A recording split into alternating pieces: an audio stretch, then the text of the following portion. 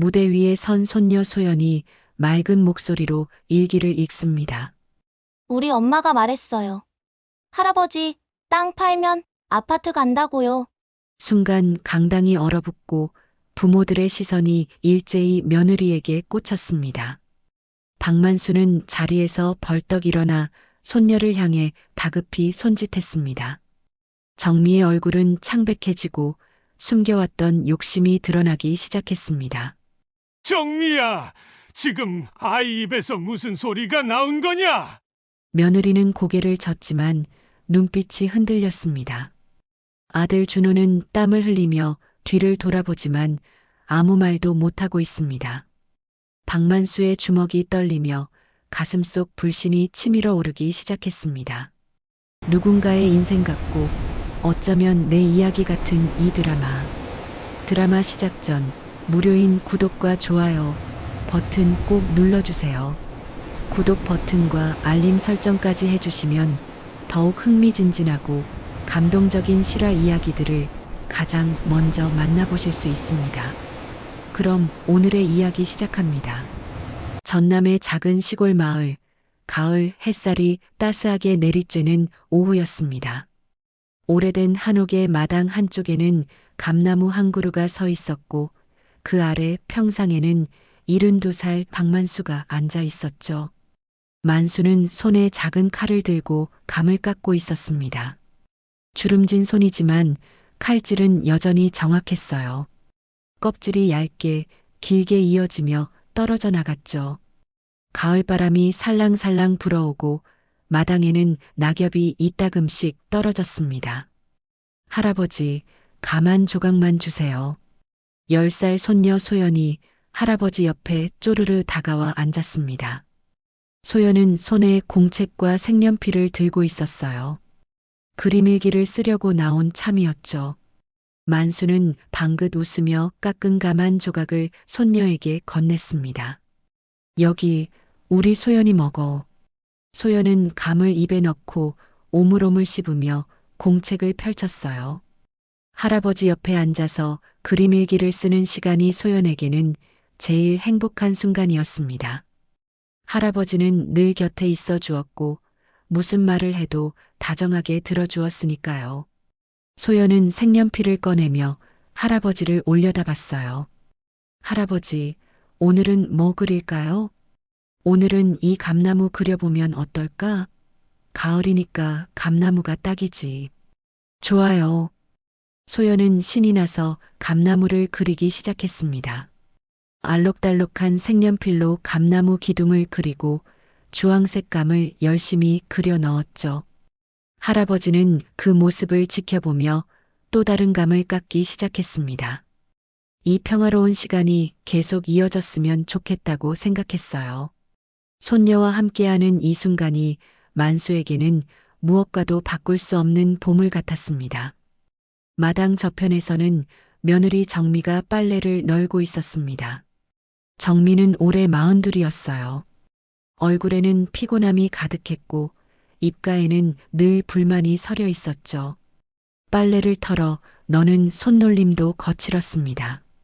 남편 준호가 서울에서 사업을 하다가 완전히 망한 후 이 시골집으로 내려온 지 벌써 1년이 넘었어요. 정미는 그 1년 내내 남편을 원망하며 살았습니다. 서울의 아파트, 안정된 생활, 친구들과의 만남, 그 모든 것이 하루아침에 사라졌으니까요. 정미는 빨래 집게를 끼우면서도 입술을 꽉 깨물고 있었습니다. 여보, 빨래 좀 도와줘요. 정미가 날카롭게 말했습니다. 부엌에서 설거지를 하던 준호가 고개를 숙인 채 대답했어요. 알았어, 지금 갈게. 준호는 45이었지만 요즘 들어 한층 더 늙어 보였습니다. 어깨는 축 처져 있었고 눈빛에는 자신감이라고는 찾아볼 수 없었죠. 서울에서 자신만만하게 사업을 하던 그 모습은 온데간데 없었어요. 이제는 아버지 집에 얹혀 사는 신세가 되었으니까요. 준호는 설거지를 마저 끝내고 마당으로 나왔습니다. 정미는 빨래 바구니를 남편 쪽으로 밀어냈어요. 이것도 좀 털어서 널어요. 준호는 아무 말 없이 빨래를 털기 시작했습니다. 정미는 남편을 한번 흘겨보더니 다시 빨래에 집중했어요. 두 사람 사이에는 차가운 공기만 흘렀습니다. 만수는 아들 부부의 모습을 힐끗 쳐다봤습니다. 가슴 한쪽이 아려왔어요. 아들이 실패한 것도 안타까웠지만 며느리가 남편을 대하는 태도가 너무나 차가워 보였거든요. 준호도 준호지만 정미의 눈빛에는 원망과 분노가 가득했습니다. 만수는 한숨을 깊이 삼켰어요. 하지만 아무 말도 하지 않았습니다. 노인이 이런저런 간섭을 하면 더 복잡해질 뿐이라는 걸 알았으니까요. 대신 만수는 손녀에게 시선을 돌렸습니다. 소연아, 다 그렸어? 아직 조금 남았어요. 할아버지도 그려야 해요. 소연은 열심히 색연필을 움직이며 대답했습니다. 만수는 손녀의 밝은 얼굴을 보며 마음을 다잡았어요. 적어도 손녀만큼은 이 무거운 공기를 느끼지 않았으면 좋겠다고 생각했습니다. 저녁 식사 시간이 되었습니다. 식탁에는 된장찌개와 나물 반찬이 놓였어요. 소박하지만 정갈한 밥상이었죠. 만수는 손녀 옆에 앉았고 준호와 정미는 마주보고 앉았습니다. 정미가 국을 떠서 식구들 앞에 놓았지만 표정은 여전히 굳어 있었어요. 소연아, 많이 먹어. 만수가 손녀에게 반찬을 집어주었습니다. 소연은 밝게 웃으며 밥을 먹었어요. 하지만 준호와 정미는 말없이 숟가락만 움직였습니다. 식탁 위로 무거운 침묵이 흘렀죠. 준호는 밥을 떠먹으면서도 고개를 들지 못했어요. 정미는 국을 떠먹다가 숟가락을 탁 내려놓았습니다. 정미가 갑자기 입을 열었습니다. 아버님, 소연이 다음 주에 학예 발표회가 있어요. 같이 가시겠어요? 그래. 우리 손녀가 무대에 서는구나. 당연히 가야지. 만수는 기뻐하며 대답했습니다. 소연도 눈을 반짝이며 말했어요. 할아버지, 저 그림 일기 읽을 거예요. 제가 쓴 거 다 읽어줄게요. 그래, 할아버지가 제일 앞자리에서 볼게. 우리 소연이 제일 잘할 거야. 식탁 위에 잠시 밝은 분위기가 흘렀습니다. 소연은 신이 나서 할아버지에게 그림 일기 내용을 설명했어요. 만수는 손녀의 말을 귀 기울여 들으며 미소 지었습니다. 하지만 정미의 눈빛은 여전히 무거웠어요. 정미는 숟가락을 놓으며 남편을 흘끗 쳐다봤죠. 준호도 아내의 시선을 느꼈지만 고개를 숙인 채 밥만 떠먹었습니다. 식사가 끝나고 소연은 할아버지 손을 잡고 마당으로 나갔습니다. 밤하늘에는 별이 총총히 빛나고 있었어요. 할아버지, 저 별 봐요. 너무 예뻐요. 그래, 예쁘지. 저 별들이 소연이를 지켜주고 있단다. 소연은 할아버지 품에 안겨 별을 바라봤습니다. 만수는 손녀를 꼭 안으며 밤하늘을 올려다봤어요. 별들은 여전히 반짝이고 있었지만 만수의 마음속에는 묘한 불안감이 자리 잡고 있었습니다.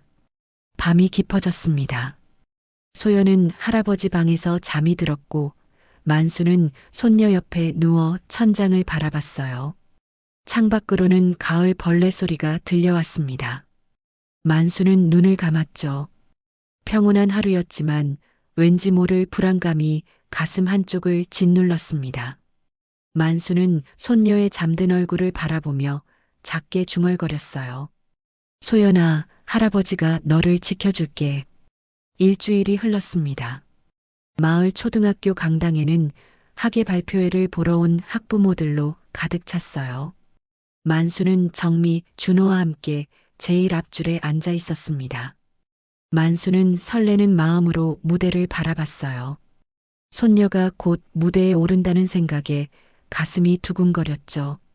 아버님, 소연이 곧 나올 거예요. 정미가 작게 말했습니다. 만수는 고개를 끄덕이며 무대를 응시했어요. 준호는 옆에서 팔짱을 낀 채 긴장한 표정으로 앉아 있었습니다. 드디어 사회자가 마이크를 잡았습니다. 다음은 3학년 박소연 학생의 그림일기 발표입니다. 큰 박수로 맞이해 주세요. 박수 소리가 울려 퍼지고 소연이 무대 위로 올라왔습니다. 소연은 손에 그림일기장을 들고 있었어요. 조금 떨리는지 손을 꼭 쥐고 있었지만 곧 마이크 앞에 섰습니다. 만수는 손녀를 보며 환하게 웃었어요. 여러분 안녕하세요. 저는 3학년 박소연입니다. 소연의 목소리가 강당에 울려 퍼졌습니다. 학부모들은 조용히 소연을 바라봤어요. 소연은 그림일기를 펼치고 천천히 읽기 시작했습니다. 오늘은 할아버지와 함께 마당에서 감을 깎았어요. 할아버지는 감을 정말 잘 깎으세요. 저도 나중에 할아버지처럼 되고 싶어요. 만수는 손녀의 말을 듣고 미소를 지었습니다. 정미도 옆에서 미소를 지었지만 어딘가 어색해 보였어요. 준호는 여전히 긴장한 표정으로 무대를 바라봤습니다. 소연은 다음 장을 넘겼습니다. 그리고 엄마랑 아빠는 요즘 자주 싸워요. 엄마가 아빠한테 화를 많이 내요. 순간 강당이 조용해졌습니다. 정미의 얼굴이 굳어졌어요. 준호도 몸을 움찔했습니다. 만수는 손녀를 바라보며 미간을 찌푸렸죠. 소연은 아무것도 모른 채 계속 읽었습니다. 어제는 엄마가 아빠한테 이렇게 말했어요. 할아버지 땅을 팔면 우리도 아파트에 갈 수 있다고요. 그 순간 강당이 얼어붙었습니다. 학부모들의 시선이 일제히 만수와 정미 쪽으로 향했어요. 정미의 얼굴은 새하얗게 질렸습니다. 손이 부들부들 떨렸죠. 준호는 고개를 숙이며 얼굴을 가렸습니다. 만수는 입을 벌린 채 손녀를 바라봤어요. 믿을 수가 없었습니다. 소연은 여전히 아무것도 모른 채 계속 읽었어요. 저는 아파트에 가고 싶어요. 그런데 할아버지는 어떻게 되는 걸까요? 할아버지도 같이 가면 좋겠어요. 강당 안은 숨소리조차 들리지 않을 만큼 조용했습니다. 학부모들은 수근수근 속삭이기 시작했어요. 만수는 손녀를 바라보다가 천천히 정미를 돌아봤습니다. 정미는 고개를 숙인 채 입술을 깨물고 있었어요. 준호는 옆에서 얼굴을 감싼 채 꼼짝도 하지 않았습니다. 소연은 그림일기를 다 읽고 인사를 했습니다. 감사합니다. 박수 소리가 울려 퍼졌지만 어딘가 어색했습니다. 소연은 무대에서 내려와 할아버지에게 달려왔어요. 할아버지, 잘했죠? 만수는 손녀를 바라보며 억지로 미소 지었습니다. 그래, 잘했어. 우리 소연이 최고야. 하지만 만수의 목소리는 떨리고 있었어요. 정미는 옆에서 고개를 돌린 채 소연을 쳐다보지도 않았습니다. 준호는 여전히 얼굴을 감싼 채 아무 말도 하지 않았어요. 학예 발표회가 끝나고 사람들이 하나둘씩 나가기 시작했습니다. 학부모들은 만순의 가족을 힐끗힐끗 쳐다보며 지나갔어요. 누군가는 작게 속삭였습니다. 저 집 땅 판다던데? 애 입에서 나왔잖아. 틀림없어. 만수는 그 말들을 듣고 주먹을 꽉 쥐었습니다. 가슴이 답답했어요. 정미는 빠르게 자리에서 일어나 먼저 강당을 빠져나갔습니다. 준호도 아무 말 없이 뒤를 따랐어요. 만수는 손녀 손을 잡고 천천히 강당을 나왔습니다. 집으로 돌아오는 길, 차 안은 침묵으로 가득했습니다. 소연은 뒷좌석에서 창밖을 바라보며 조용히 앉아 있었어요. 만수는 운전석에 앉은 준호의 뒷모습을 바라봤습니다. 준호의 어깨는 축 처져 있었고 손은 핸들을 꽉 쥐고 있었어요. 정미는 조수석에서 고개를 돌린 채 창밖만 바라봤습니다. 집에 도착했습니다. 소연은 먼저 방으로 들어갔고 정미는 부엌으로 향했어요. 준호는 거실에 멈춰서서 아버지를 돌아봤습니다. 만수는 아들을 똑바로 쳐다봤어요. 준호야, 나 좀 보자. 준호는 고개를 숙인 채 아버지를 따라 안방으로 들어갔습니다. 만수는 문을 닫고 아들을 마주 봤어요. 준호는 여전히 고개를 들지 못했습니다. 준호야, 소연이가 한 말이 사실이냐? 만수의 목소리는 낮았지만 떨리고 있었습니다. 준호는 입술을 깨물며 대답하지 않았어요. 만수는 한 걸음 다가갔습니다. 내 땅을 팔자고 내 아내 입에서 나왔다는 게 사실이냐고 묻잖아. 만수의 목소리가 커졌습니다. 준호는 고개를 들어 아버지를 바라봤어요. 눈에는 눈물이 고여 있었습니다. 아버지, 저도 몰랐어요. 몰랐다고? 그럼 내 아내가 마음대로 그런 말을 했단 말이냐? 준호는 대답하지 못했습니다. 만수는 주먹을 꽉 쥐며 말했어요. 내가 아내를 제대로 못 잡아서 이 꼴이 난 거 아니냐? 내가 사업을 망쳐서 이 집에 들어왔으면 조용히 지내야 할 거 아니냐?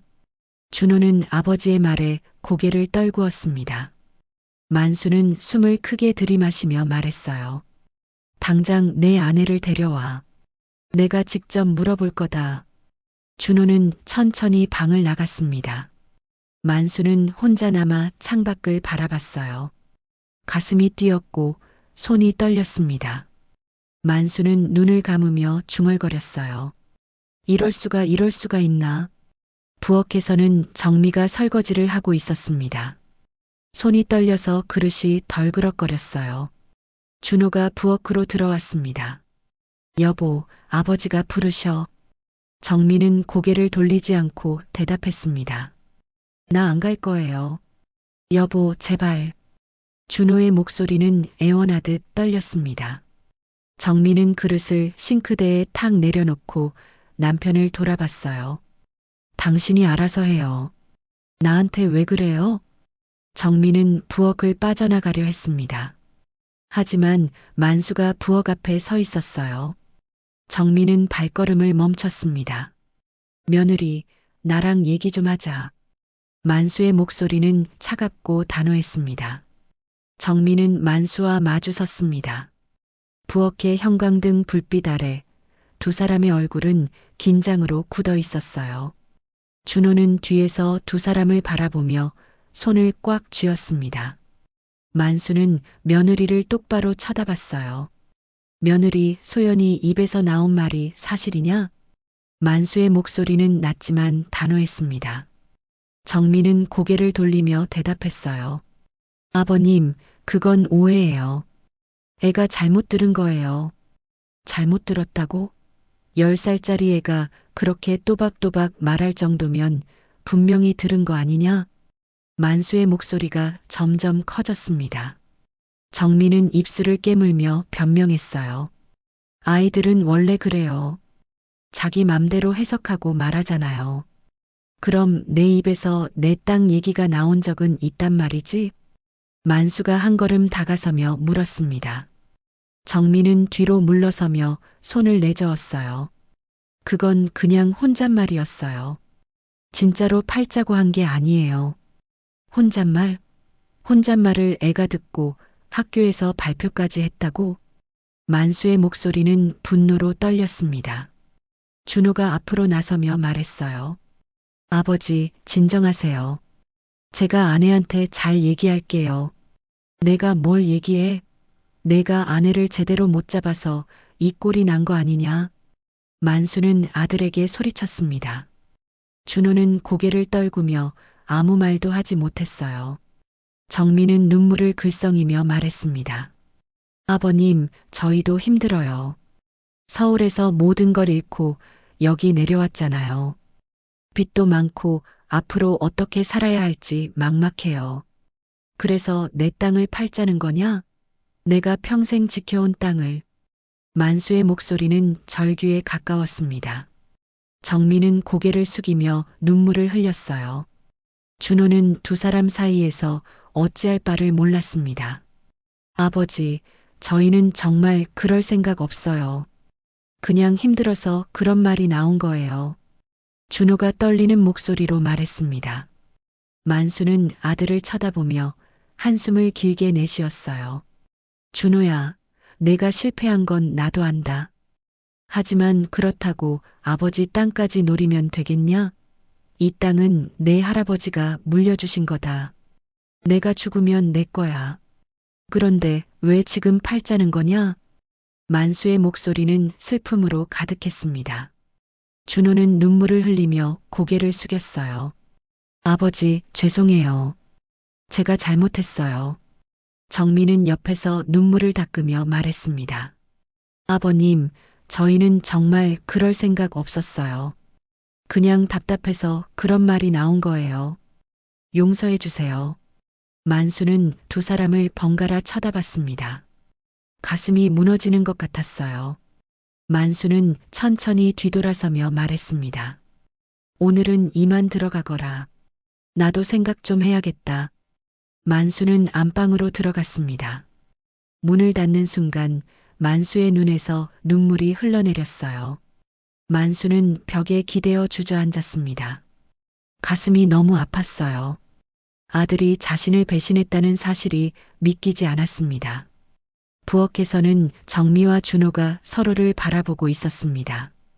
정미가 먼저 입을 열었어요. 당신 때문이에요. 당신이 사업만 제대로 했어도 이런 일 없었어요. 여보, 제발 그만해. 아버지가 다 들으실 거야. 준호가 작은 목소리로 말했습니다. 정미는 코웃음을 치며 말했어요. 이제 와서 뭘 숨겨요? 다 들통났잖아요. 정미는 부엌을 빠져나가 방으로 들어갔습니다. 준호는 혼자 남아 한숨을 쉬었어요. 손으로 얼굴을 감싸며 중얼거렸습니다. 내가 뭘 잘못한 거지, 내가 뭘. 그날 밤 집안은 무거운 침묵으로 가득했습니다.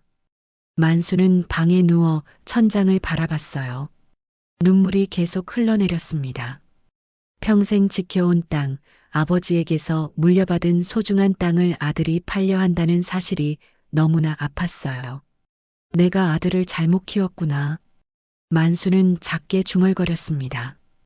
옆방에서는 소연이 잠들어 있었어요. 소연은 아무것도 모른 채 평화롭게 자고 있었습니다. 만수는 손녀 생각에 눈물을 닦았어요. 소연이만큼은 이 할아버지가 지켜줘야 해. 며칠이 지났습니다. 마을에는 소문이 퍼지기 시작했어요. 박만순의 땅이 곧 팔린다는 소문이었습니다. 마을 사람들은 수군수군 얘기를 나눴어요. 박만수 씨 땅 판다더라. 아들이 빚이 많아서 그런데. 에고, 그 좋은 땅을 팔다니. 안 됐네. 만수는 마을을 걷다가 그런 소문을 들었습니다. 가슴이 무너지는 것 같았어요. 만수는 고개를 숙인 채 집으로 돌아왔습니다. 마당에는 준호가 앉아 있었어요. 만수는 아들을 쳐다보지도 않고 지나쳤습니다. 아버지. 준호가 작게 불렀지만 만수는 대답하지 않았어요. 만수는 방으로 들어가 문을 닫았습니다. 준호는 마당에 혼자 남아 고개를 떨구었어요. 그날 저녁 소연이 할아버지 방으로 찾아왔습니다. 소연은 할아버지 옆에 앉으며 물었어요. 할아버지, 왜 요즘 안 웃어요? 만수는 손녀를 바라보며 억지로 미소 지었습니다. 아니야, 할아버지 괜찮아. 아니에요. 할아버지 눈에 눈물 있어요. 소연이 작은 손으로 할아버지 눈가를 닦아줬습니다. 만수는 손녀의 손을 잡으며 눈물을 삼켰어요. 소연아, 할아버지한테 물어볼 게 있어. 네, 할아버지. 엄마가 할아버지 땅 얘기 자주 해? 소연은 잠시 생각하더니 고개를 끄덕였습니다. 네. 엄마가 밤마다 전화로 얘기해요. 도장만 받으면 된다고 했어요. 만수의 얼굴이 굳어졌습니다. 손이 부들부들 떨렸어요. 도장? 며느리가 도장을 받으려 한다고? 만수는 소연을 꼭 안으며 말했습니다. 소연아, 할아버지가 너를 지켜줄게. 걱정하지 마. 소연은 할아버지 품에 안겨 고개를 끄덕였습니다. 만수는 눈을 감으며 생각했어요. 이제 더 이상 속지 않겠다. 내 땅은 내가 지킨다. 만수의 결심은 단단했습니다. 며칠 후 마을 이장이 만수를 찾아왔습니다. 이장은 만수와 오랜 친구였어요.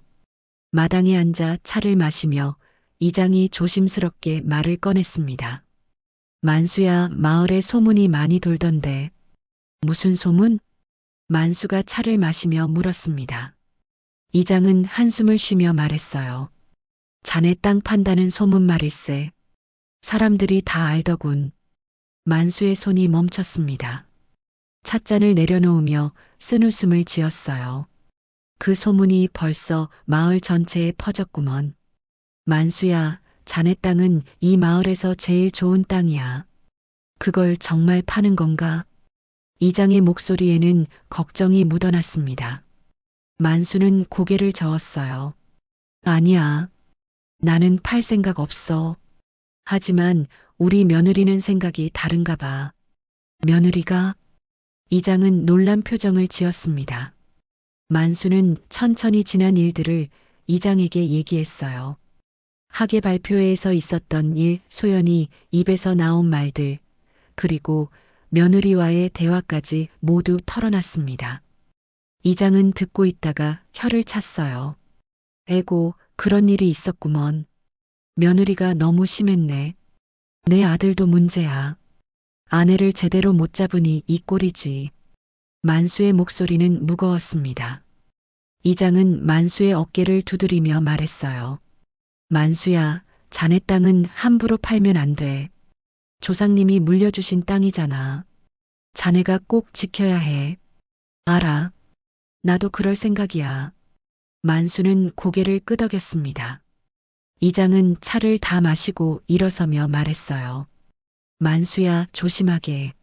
사람들이 다 지켜보고 있으니까. 이장이 떠나고 만수는 혼자 마당에 남았습니다. 마을 사람들이 자신을 어떻게 보고 있을지 생각하니 가슴이 답답했어요. 평생 성실하게 살아온 자신이 이제는 땅을 파는 사람으로 소문이 났으니까요. 그날 오후 정미가 외출을 했습니다. 만수는 정미가 나가는 모습을 창문 너머로 지켜봤어요. 정미는 휴대폰을 들고 급하게 걸어갔습니다. 만수는 뭔가 이상하다는 생각이 들었어요. 저녁이 되어 정미가 돌아왔습니다. 정미는 평소보다 화장을 진하게 하고 있었어요. 만수는 거실에서 정미를 맞이했습니다. 어디 갔다 오는 거냐? 아, 아버님. 그냥 친구 만나고 왔어요. 정미는 어색하게 웃으며 방으로 들어가려 했습니다. 만수는 며느리를 불러 세웠어요. 며느리, 나 좀 보자. 정미는 발걸음을 멈추고 돌아섰습니다. 만수는 정미를 똑바로 쳐다봤어요. 너 요즘 누구 만나고 다니냐? 친구요. 예전에 서울에서 알던 친구요. 정미는 시선을 피하며 대답했습니다. 만수는 며느리의 눈빛을 살폈어요. 뭔가 숨기고 있다는 느낌이 들었습니다. 혹시 부동산 사람 만나는 거 아니냐? 만수의 질문에 정미의 얼굴이 굳어졌습니다. 정미는 손을 내저으며 부인했어요. 아니에요. 왜 그런 말씀을 하세요? 마을에 소문이 다 퍼졌어.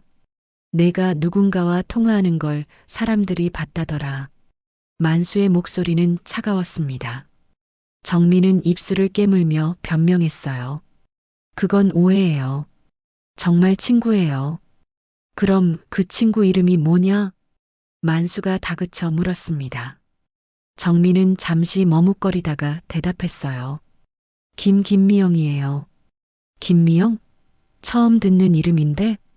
만수는 의심스러운 눈빛으로 며느리를 바라봤습니다.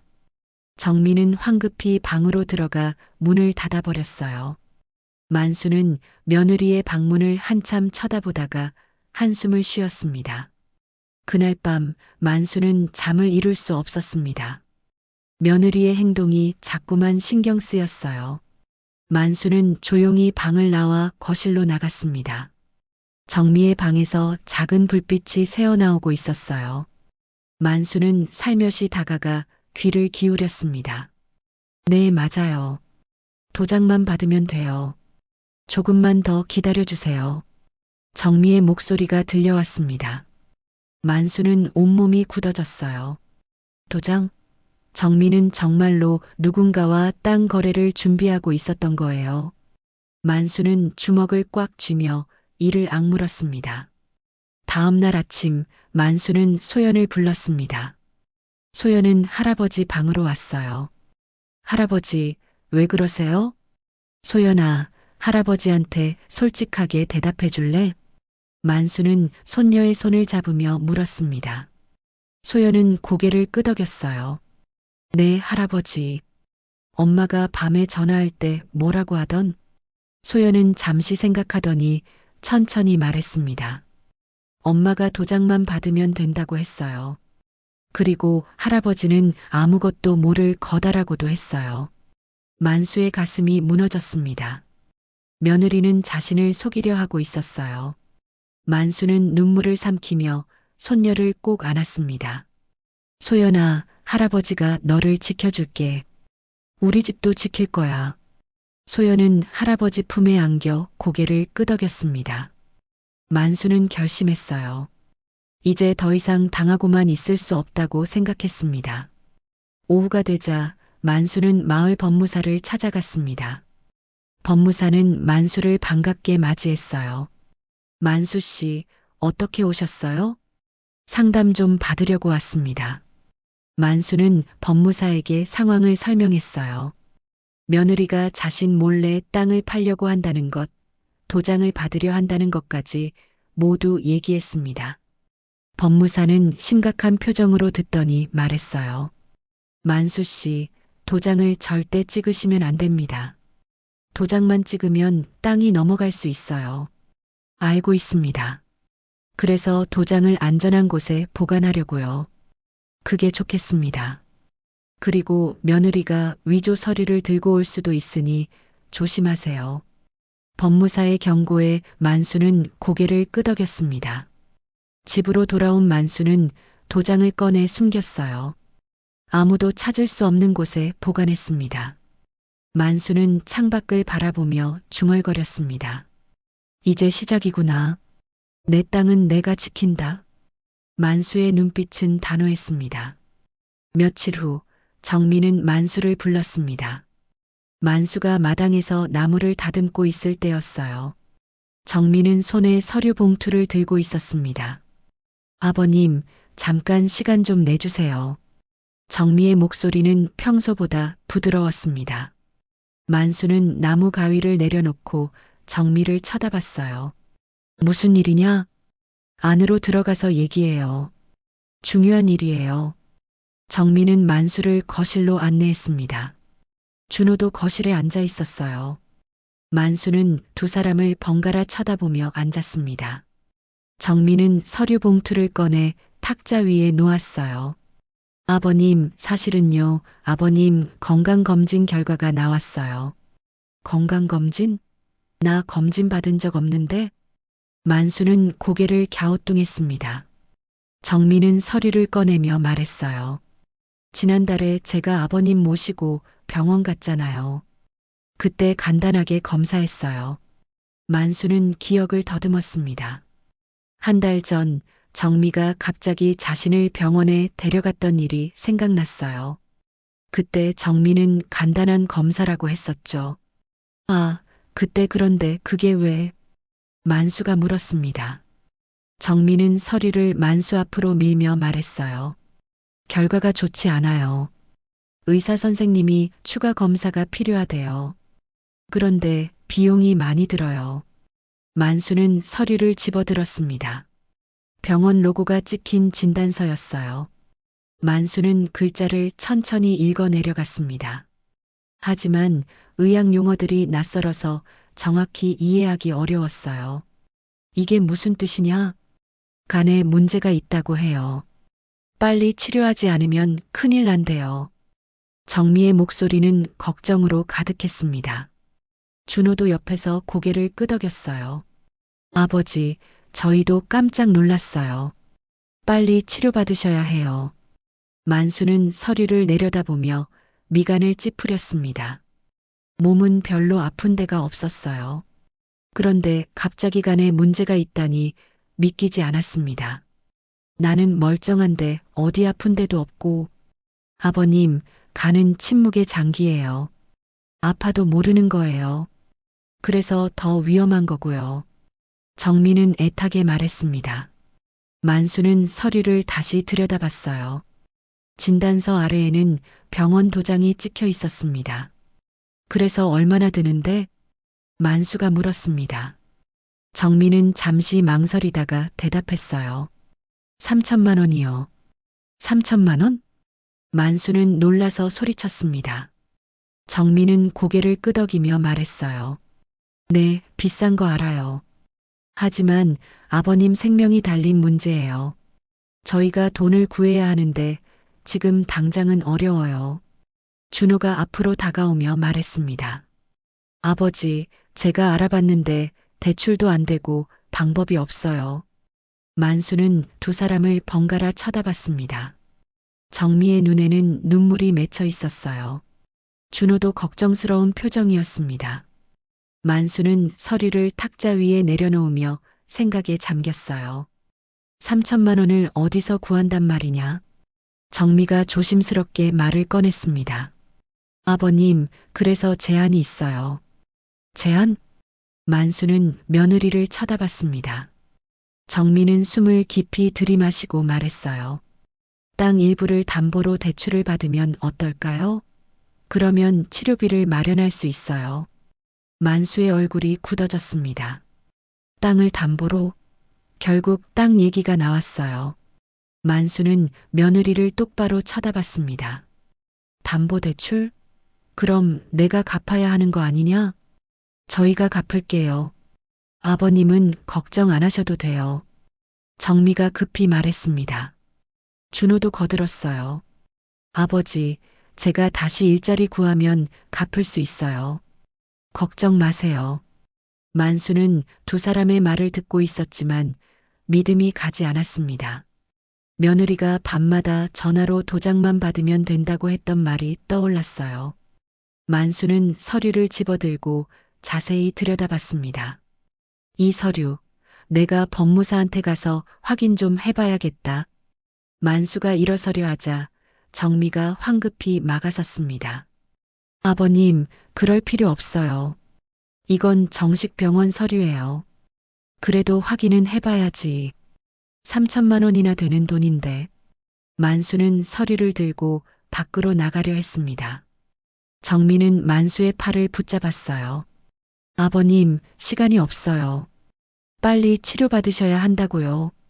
정미의 목소리는 절박했습니다. 만수는 며느리의 손을 뿌리치며 말했어요. 급하면 급할수록 더 신중해야 해. 나 나갔다 올게. 만수는 서류를 들고 집을 나섰습니다. 정미는 그 뒷모습을 바라보며 입술을 깨물었어요.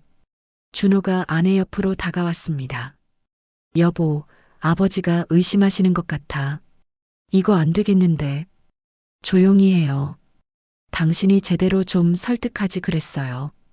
정미는 남편을 쏘아보며 말했습니다. 준호는 고개를 떨구고 아무 말도 하지 못했어요. 만수는 마을 법무사 사무실로 향했습니다. 서류를 꼭 쥔 손이 떨리고 있었어요.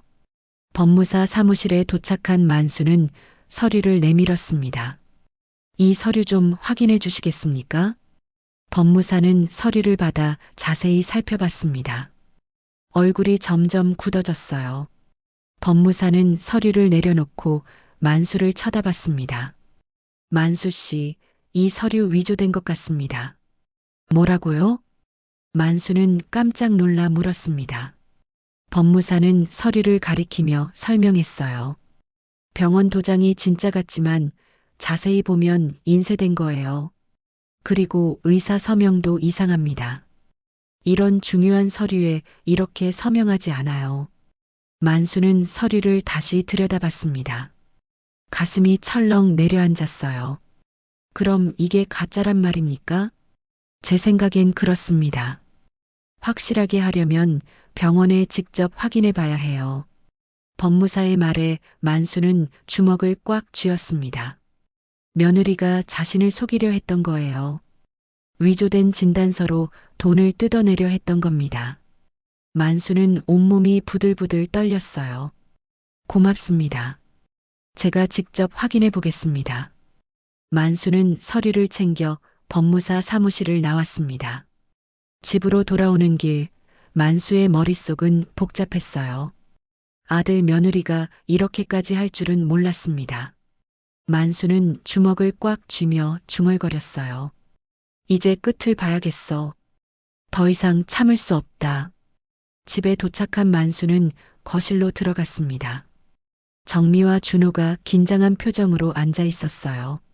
만수는 서류를 탁자 위에 던지며 소리쳤습니다. 이게 뭐냐? 위조된 서류 아니냐? 정미의 얼굴이 새하얗게 질렸습니다. 준호는 눈을 크게 뜨고 만수를 바라봤어요. 만수는 두 사람을 번갈아 쳐다보며 말했습니다. 내 도장을 받으려고 이런 짓까지 하냐? 너희들이 정말 이럴 수 있냐? 만수의 목소리는 분노로 떨렸습니다. 정미는 고개를 숙이며 아무 말도 하지 못했어요. 준호는 얼굴을 감싸며 무너졌습니다. 그때 창밖에서 소연의 목소리가 들려왔습니다. 할아버지, 도장 찍으면 우리 집 없어져요. 만수는 창밖을 돌아봤습니다. 소연이 마당에서 울고 있었어요. 만수는 손녀에게 달려갔습니다. 소연을 꼭 안으며 만수는 눈물을 흘렸어요. 소연아, 괜찮아.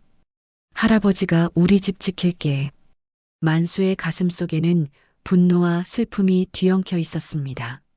그날 밤 집안은 얼어붙은 듯 조용했습니다. 만수는 소연을 재운 후 혼자 마당에 나와 앉았어요.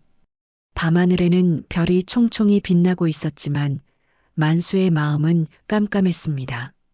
평생을 함께 살아온 가족이 자신을 배신했다는 사실이 믿기지 않았어요. 내가 뭘 잘못했을까? 만수는 작게 중얼거렸습니다. 아들을 키우며 부족한 것 없이 해주려 애썼어요. 대학까지 보내고 사업을 시작할 때도 미천을 대줬습니다. 그런데 이제 와서 아들은 자신을 외면하고 며느리는 자신을 속이려 했어요. 아버지, 뒤에서 준호의 목소리가 들려왔습니다. 만수는 돌아보지 않았어요. 준호는 아버지 옆에 조심스럽게 앉았습니다. 한동안 두 사람은 말없이 앉아 있었어요. 아버지, 죄송합니다. 준호가 먼저 입을 열었습니다. 목소리는 떨리고 있었어요. 만수는 여전히 앞만 바라보며 대답하지 않았습니다. 준호는 고개를 숙이며 계속 말했어요. 제가 약했습니다. 아내 말을 제대로 막지도 못하고 아버지를 배신했습니다. 너는 알고 있었냐? 만수가 차갑게 물었습니다. 준호는 잠시 침묵했어요. 대답하기가 두려웠습니다. 처음에는 몰랐어요. 하지만 나중에 알게 됐습니다. 아내가 브로커랑 연락하는 걸 알았어요. 알고도 막지 않았냐? 만수의 목소리가 높아졌습니다. 준호는 고개를 떨구며 눈물을 흘렸어요. 막으려 했어요. 하지만 아내가 저를 무시했어요. 제가 사업 망친 후로 집에서 제 말은 아무 힘이 없었어요. 그래서 아버지를 팔아먹으려 했냐? 그게 말이 되냐? 만수는 아들을 쳐다보며 소리쳤습니다. 준호는 두 손으로 얼굴을 감싸며 울었어요. 죄송합니다, 아버지. 정말 죄송합니다. 제가 너무 약했어요. 제가 무능해서 가족을 지키지 못했어요. 만수는 아들의 모습을 보며 한숨을 깊이 내쉬었습니다. 화가 났지만 한편으로는 안타까웠어요. 아들도 힘들었을 거라는 생각이 들었습니다. 하지만 그렇다고 해서 용서할 수는 없었어요. 준호야, 나는 내가 이렇게까지 약한 사람인 줄 몰랐다. 사업이 망했으면 다시 일어서면 되는 거야. 그런데 너는 쓰러진 채로 아버지한테까지 손을 뻗쳤어. 준호는 아무 말도 하지 못하고 울기만 했습니다. 만수는 자리에서 일어났어요. 오늘은 이만 들어가거라. 나도 생각 좀 해야겠다. 만수는 아들을 남겨두고 방으로 들어갔습니다. 방문을 닫는 순간 만수는 벽에 기대어 주저앉았어요. 가슴이 너무 아팠습니다. 눈물이 주르르 흘러내렸어요. 내 아들은 약하구나. 돈에 눈이 멀어 아버지를 팔아먹으려 하는구나. 만수는 손으로 얼굴을 가리며 소리 없이 울었습니다.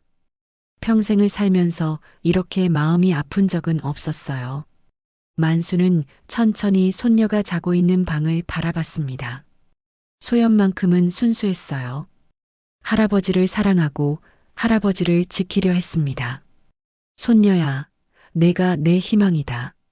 만수는 작게 중얼거리며 눈물을 닦았습니다. 그리고 결심했어요. 손녀를 위해서라도 이 땅을 지켜야겠다고 생각했습니다. 다음 날 아침 만수는 일찍 일어나 마을 이장을 찾아갔습니다. 이장은 만수를 맞이하며 차를 내왔어요. 만수야, 무슨 일인가? 이장님, 제가 결심을 했습니다. 만수는 단호한 표정으로 말했습니다. 이장은 차를 따르며 물었어요. 무슨 결심? 제 땅 일부를 마을 공공기금으로 내놓으려고 합니다. 이장은 놀라서 찻잔을 내려놓았습니다. 만수야, 자네 땅을? 그건 조상 대대로 내려온 땅인데. 알고 있습니다. 하지만 이게 최선입니다. 며느리가 땅을 노리고 있어요. 차라리 마을에 기부하는 게 낫겠습니다. 만수의 목소리는 확고했습니다. 이장은 잠시 생각하더니 고개를 끄덕였어요. 만수야, 자네 결정을 존중하네. 마을을 위해 고마운 일이야. 하지만 가족들은 뭐라고 하던가? 아직 말 안 했습니다. 오늘 말할 겁니다. 만수는 차를 마시며 창밖을 바라봤습니다. 이장은 만수의 어깨를 두드리며 말했어요. 만수야, 자네는 정말 대단한 사람이야. 이 마을이 자네를 존경할 거야. 만수는 쓴웃음을 지었습니다. 존경보다는 가족의 사랑을 받고 싶었지만 이제는 그것도 어려워 보였어요. 집으로 돌아온 만수는 가족들을 거실로 불렀습니다. 정미, 준호, 그리고 소영까지 모두 모였어요. 만수는 가족들을 둘러보며 입을 열었습니다. 오늘 너희들에게 중요한 얘기를 하려고 한다. 정미와 준호는 긴장한 표정으로 만수를 바라봤습니다. 소연은 할아버지 옆에 앉아 조용히 듣고 있었어요. 나는 내 땅 일부를 마을 공공기금으로 내놓기로 했다. 순간 정미의 얼굴이 굳어졌습니다. 준호는 눈을 크게 뜨고 아버지를 바라봤어요. 아버지, 그게 무슨 말씀이세요? 준호가 급히 물었습니다. 만수는 차분하게 대답했어요. 내 땅을 너희들이 노리고 있잖아. 차라리 마을에 기부하는 게 낫겠어. 아버님, 그건 너무 심하신 거 아니에요? 정미가 벌떡 일어서며 소리쳤습니다. 만수는 며느리를 똑바로 쳐다봤어요. 심한 건 누구냐? 위조 서류까지 만들어서 나를 속이려 한 사람이 누구냐? 정미는 할 말을 잃고 입을 다물었습니다. 준호는 두 사람 사이에서 어찌할 바를 몰랐어요. 아버지, 제발 다시 생각해 주세요. 저희가 잘못했어요. 용서해 주세요. 준호가 무릎을 꿇고 애원했습니다. 하지만 만수는 고개를 저었어요. 이미 결정했다. 다음 주에 마을 이장님과 함께 서류를 작성할 거다. 만수는 자리에서 일어났습니다. 정미는 주먹을 꽉 쥐며 만수를 노려봤어요. 준호는 바닥에 무릎을 꿇은 채 고개를 떨구었습니다. 소연은 할아버지에게 다가가 손을 잡았습니다. 할아버지, 괜찮아요? 만수는 손녀를 내려다보며 미소 지었어요. 괜찮아, 우리 소연아. 할아버지가 다 잘할 거야. 하지만 만수의 눈에는 깊은 슬픔이 서려 있었습니다. 가족을 잃는다는 건 이렇게 아픈 일이었어요. 그날 밤 정미는 휴대폰을 들고 누군가에게 전화를 걸었습니다. 방문을 꽉 닫고 작은 목소리로 말했어요. 계획이 틀어졌어요. 노인네가 땅을 마을에 기부한대요. 빨리 움직여야 해요. 전화 너머에서 남자의 목소리가 들려왔습니다. 걱정 마세요. 제가 방법을 찾아볼게요. 계약만 성사되면 큰 돈이 들어옵니다.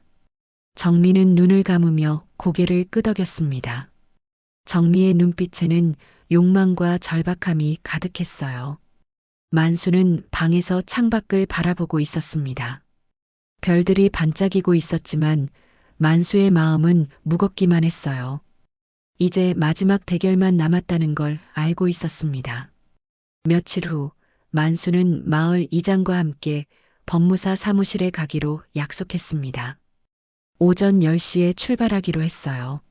만수는 아침 일찍 일어나 준비를 했습니다. 중요한 서류들을 챙기고 도장도 확인했어요. 그런데 이상한 일이 벌어졌습니다. 분명히 서랍에 넣어둔 도장이 보이지 않았어요. 만수는 서랍을 뒤지기 시작했습니다. 어디 갔지? 분명히 여기 넣어뒀는데. 만수는 방안을 샅샅이 뒤졌습니다. 하지만 도장은 어디에도 없었어요. 만수의 얼굴이 굳어졌습니다. 누군가 도장을 가져간 게 분명했어요. 며느리 짓이 틀림없어. 만수는 이를 악물며 거실로 나갔습니다. 정미는 부엌에서 설거지를 하고 있었어요. 만수는 정미에게 다가가 물었습니다. 며느리, 내 도장 봤냐? 정미는 고개를 돌리며 대답했어요. 아니요, 못 봤는데요. 거짓말하지 마라. 내가 가져갔지?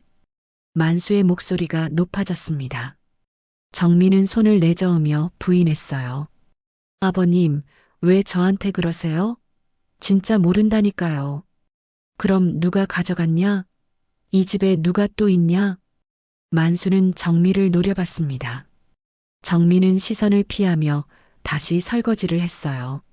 만수는 주먹을 꽉 쥐며 방으로 돌아왔습니다. 오전 9시가 넘었습니다. 1시간 후면 이장님과 만나기로 한 시간이었어요. 만수는 다시 방을 뒤지기 시작했습니다. 옷장, 책상, 침대 밑까지 모두 확인했지만 도장은 없었어요. 그때 현관에서 초인종 소리가 들렸습니다. 만수는 거실로 나갔어요. 정미가 문을 열었습니다. 낯선 남자가 서 있었어요. 양복을 입은 중년 남자였습니다. 안녕하세요. 박만수 씨 계신가요? 남자가 공손하게 물었습니다. 만수는 남자를 쳐다보며 물었어요. 나인데 누구시오? 저는 토지 브로커 김상철이라고 합니다. 잠깐 상담 좀 하고 싶어서 왔습니다. 남자는 명함을 꺼내 만수에게 건넸습니다. 만수는 명함을 받아들고 얼굴을 찌푸렸어요. 상담? 나는 땅 팔 생각 없소. 아, 그게 아니라 좋은 제안이 있어서요. 잠깐만 시간 내주시면 감사하겠습니다. 김상철은 웃으며 말했습니다. 만수는 남자를 의심스럽게 쳐다봤어요. 정미가 옆에서 끼어들었습니다. 아버님, 일단 들어보시죠. 나쁠 거 없잖아요. 만수는 며느리를 흘끗 쳐다봤습니다. 정미와 이 남자가 짜고 온 게 분명했어요. 만수는 냉정하게 말했습니다.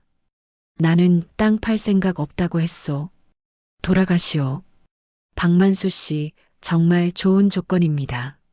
시세보다 높은 가격에 사겠습니다. 김상철은 포기하지 않고 계속 설득했습니다. 만수는 고개를 저으며 문을 닫으려 했어요. 돌아가시오. 내 땅은 팔지 않소. 그때 김상철이 서류 봉투를 꺼냈습니다. 사실은 이미 계약서가 준비되어 있습니다. 도장만 찍으시면 됩니다. 만수는 남자의 말에 화가 치밀어 올랐습니다. 뭐, 내가 언제 계약한다고 했소? 부인께서 미리 연락하셨습니다. 오늘 계약하기로 했다고요. 김상철은 정미를 쳐다봤습니다. 만수는 며느리를 돌아봤어요.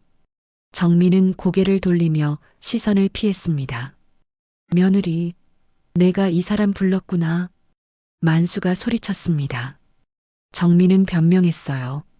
아버님, 어차피 땅 일부는 팔아야 해요. 빚도 갚고 저희도 살아야죠. 내가 팔지 않는다고 했잖아. 만수의 목소리는 분노로 떨렸습니다. 김상철은 계약서를 꺼내며 말했어요. 박만수 씨, 진정하세요. 좋은 조건입니다. 여기 한번 보시죠. 김상철이 계약서를 펼쳤습니다. 만수는 계약서를 보지도 않고 밀쳐냈어요. 나는 도장도 없소. 그리고 계약할 생각도 없어. 당장 나가시오. 김상철의 얼굴이 굳어졌습니다. 정미가 앞으로 나서며 말했어요.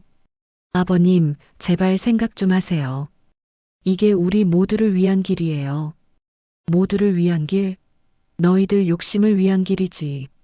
만수는 며느리를 노려봤습니다. 그때 현관 밖에서 목소리가 들려왔어요. 무슨 일이십니까? 마을 이장이 들어왔습니다. 이장은 상황을 한눈에 파악했어요. 만수 씨, 이 사람은 누구요? 토지 브로커라는 사람입니다. 며느리가 불렀어요. 만수가 대답했습니다. 이장은 김상철을 쳐다보며 말했어요. 여기는 이미 마을 공공기금으로 내놓기로 한 땅입니다. 돌아가시오. 김상철은 당황한 표정을 지었습니다. 정미가 급히 말했어요.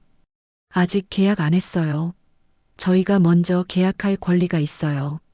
며느리, 내게는 아무 권리도 없어. 이 땅은 내 거야.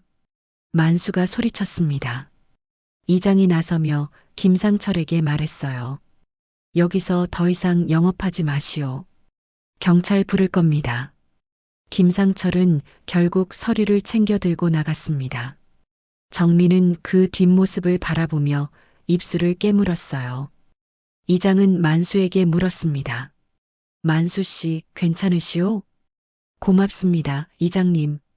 제때 오셨습니다. 만수는 안도의 한숨을 내쉬었습니다. 정민은 방으로 들어가 문을 쾅 닫았어요. 그때 소연이 방에서 나왔습니다. 소연은 손에 뭔가를 들고 있었어요. 할아버지, 이거 엄마 방에 있었어요. 소연이 내민 것은 만수의 도장이었습니다. 만수는 도장을 받아들고 눈물이 핑 돌았어요. 소연아, 고맙구나. 내가 할아버지를 또 지켜줬구나. 만수는 손녀를 꼭 안았습니다. 이장은 그 모습을 보며 미소 지었어요. 만수 씨, 이제 마을회관으로 갑시다. 계약서 작성해야죠. 네, 가겠습니다.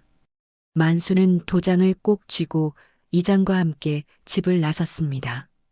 정미는 방 안에서 그 모습을 창문 너머로 지켜봤어요. 정미의 눈에는 분노와 좌절이 가득했습니다.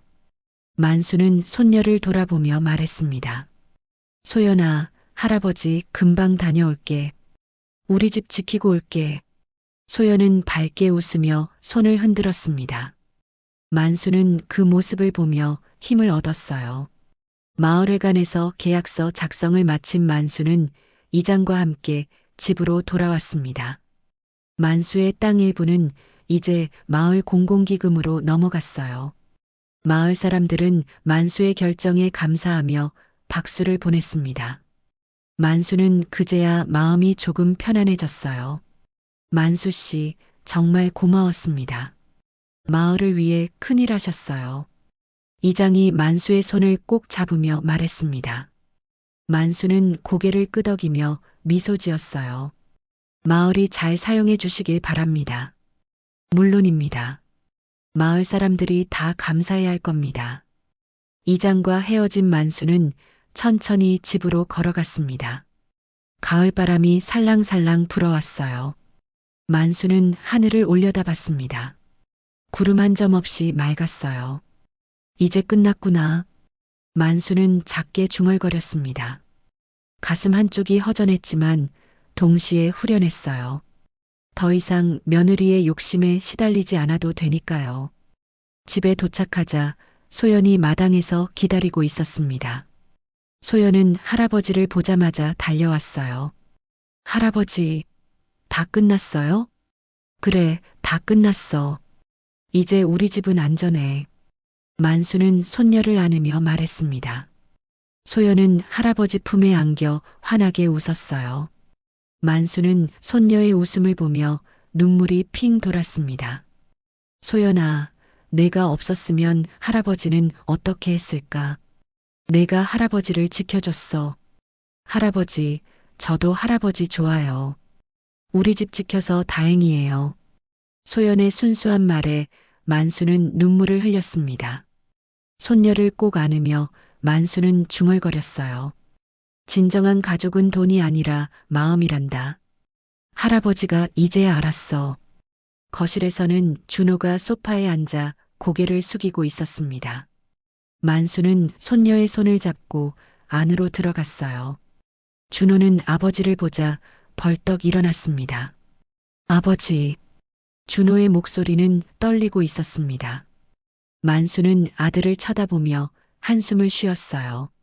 준호야, 앉아라. 준호는 다시 소파에 앉았습니다. 만수도 맞은편에 앉았어요. 두 사람은 한동안 말없이 마주보고 있었습니다. 아버지, 죄송합니다. 정말 죄송합니다. 준호가 먼저 입을 열었습니다. 눈에는 눈물이 가득했어요. 만수는 아들을 바라보며 천천히 말했습니다. 준호야, 너는 내 아들이야. 사업이 망했어도 빚이 있어도 너는 여전히 내 아들이야. 하지만 내가 아버지를 배신하려 했을 때 나는 정말 가슴이 아팠다. 아버지, 제가 정말 잘못했습니다. 제가 너무 약했어요. 아내 말만 듣고 아버지 마음은 생각하지 못했어요. 준호는 두 손으로 얼굴을 감싸며 울었습니다. 만수는 아들의 모습을 보며 마음이 아팠어요. 하지만 이제는 단호해져야 했습니다. 준호야, 이제 너는 스스로 일어서야 해. 아버지한테 의지하지 말고 내 힘으로 가족을 책임져야 해. 네, 아버지.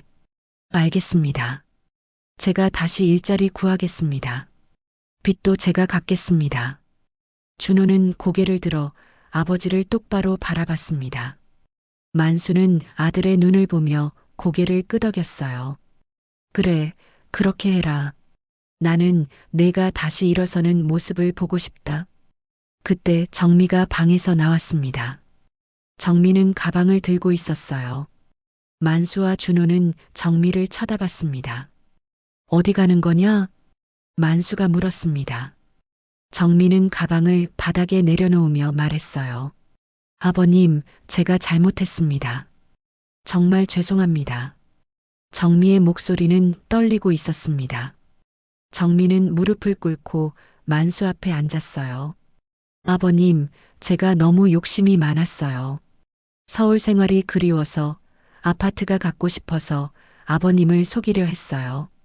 정말 죄송합니다. 정미는 눈물을 흘리며 고개를 숙였습니다. 만수는 며느리를 내려다보며 한숨을 쉬었어요. 며느리, 나는 내가 미웠어. 내 아들을 약하게 만들고 나까지 배신하려 했으니까. 하지만 너도 힘들었을 거야. 갑자기 모든 걸 잃고 시골로 내려왔으니. 정미는 고개를 들어 만수를 바라봤습니다. 만수는 계속 말했어요. 하지만 며느리야, 돈이 전부가 아니야. 가족이 함께 있는 게 더 소중한 거야. 이제라도 그걸 알았으면 좋겠구나. 네, 아버님. 이제 알았어요. 정말 죄송합니다. 정미는 눈물을 닦으며 고개를 숙였습니다. 만수는 며느리를 일으켜 세웠어요. 일어나거라. 이제 다시 시작하자. 우리 가족, 다시 함께 살아보자. 정미는 만수의 손을 잡으며 울었습니다. 준호도 옆에서 눈물을 흘렸어요. 소연은 세 사람을 바라보며 환하게 웃었습니다. 우리 가족 다 같이 있어서 좋아요. 소연의 말에 모두가 웃었습니다. 만수는 손녀를 안으며 가족들을 바라봤어요. 그래, 우리 다시 시작하자. 함께 힘을 모아서 살아가자. 그날 저녁 가족들은 오랜만에 함께 식사를 했습니다. 식탁에는 따뜻한 밥과 반찬이 놓였어요. 만수는 가족들에게 밥을 떠주며 말했습니다. 많이 먹어라. 우리 모두 힘내야 해. 준호와 정민은 밥을 먹으며 눈물을 흘렸습니다. 소연은 밝게 웃으며 밥을 먹었어요. 식탁 위로 따뜻한 분위기가 흘렀습니다. 며칠 후 소연은 다시 학교에서 그림 일기를 발표했습니다. 이번에는 내용이 달랐어요. 오늘은 우리 가족이 함께 저녁을 먹었어요. 엄마도 웃었고 아빠도 웃었어요. 할아버지는 우리 집을 지켜주셨어요. 우리 집은 안 팔려서 정말 다행이에요. 강당에 있던 사람들은 박수를 쳤습니다. 만수는 앞자리에서 손녀를 바라보며 눈물을 닦았어요. 옆에 앉은 준호와 정미도 눈물을 흘리며 박수를 쳤습니다. 학예 발표회가 끝나고 마을 사람들이 만수에게 다가왔습니다. 만수 씨, 정말 훌륭하십니다. 마을을 위해 땅을 내놓으시고 가족도 잘 지키셨어요. 만수 씨는 우리 마을의 자랑입니다. 마을 사람들의 칭찬에 만수는 겸손하게 고개를 숙였어요. 아닙니다. 제가 해야 할 일을 했을 뿐입니다. 집으로 돌아오는 길, 만수는 손녀의 손을 잡고 걸었습니다. 소연은 할아버지를 올려다보며 물었어요. 할아버지, 우리 이제 행복하죠? 만수는 손녀를 내려다보며 환하게 웃었습니다. 그래, 우리 이제 행복해. 할아버지가 너를 지켜줄게. 우리 가족 모두 지켜줄게. 소연은 할아버지 손을 꼭 잡으며 밝게 웃었습니다. 만수는 하늘을 올려다봤어요. 구름 사이로 햇살이 비치고 있었습니다. 진정한 가족은 돈이 아니라 마음이란다. 만수의 말은 바람을 타고 마을 전체에 퍼져나갔습니다. 그날 이후 만수네 가족은 다시 평화를 되찾았어요. 준호는 새로운 일자리를 구했고 정민은 마을 사람들과 어울리며 새로운 삶을 시작했습니다. 소연은 할아버지와 함께 매일 마당에서 그림 일기를 쓰며 행복한 시간을 보냈어요. 만수는 마당에 앉아 감을 깎으며 생각했습니다. 힘든 시간이었지만 그 시간을 통해 진정으로 소중한 것이 무엇인지 깨달았어요. 가족의 사랑, 손녀의 순수함, 그리고 마을 사람들의 신뢰. 그것이 만수에게는 어떤 땅보다도 소중한 것이었습니다. 만수의 이야기는 마을에서 오랫동안 전설처럼 회자되었습니다. 욕심을 버리고 가족을 지킨 노인의 이야기는 많은 사람들에게 감동을 주었어요. 그리고 그 이야기는 세대를 넘어 계속 이어졌습니다. 자식의 욕심보다 더 큰 건 손주의 맑은 눈빛이었습니다. 오늘 사연이 마음에 남으셨다면 좋아요와 구독 부탁드립니다. 다음 이야기에서도 따뜻한 감동을 전해드리겠습니다.